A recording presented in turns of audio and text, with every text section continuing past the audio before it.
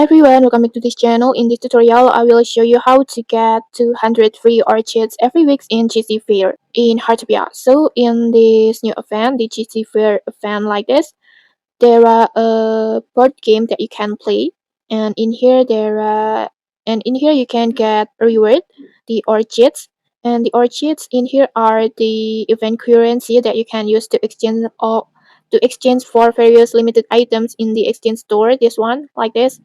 And outside of the orchids that you can earn from playing the board game on here, you can also get 2,000 free orchids every week. This method is really simple. Just tap on this TC Fair event page like this, and then just go to the quest over here at the bottom left corner, this one. And then in here at the weekly quest, you will find several weekly tasks that you can complete during the event. So just simply complete the required weekly quest, and once you reach the required progress, you can claim 2,000 orchids for free in total like this.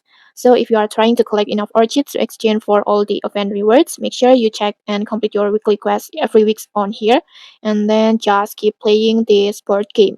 And okay, that's it. If you found this helpful, don't forget to like, comment, and subscribe for more tutorials. Thanks for watching, and see you.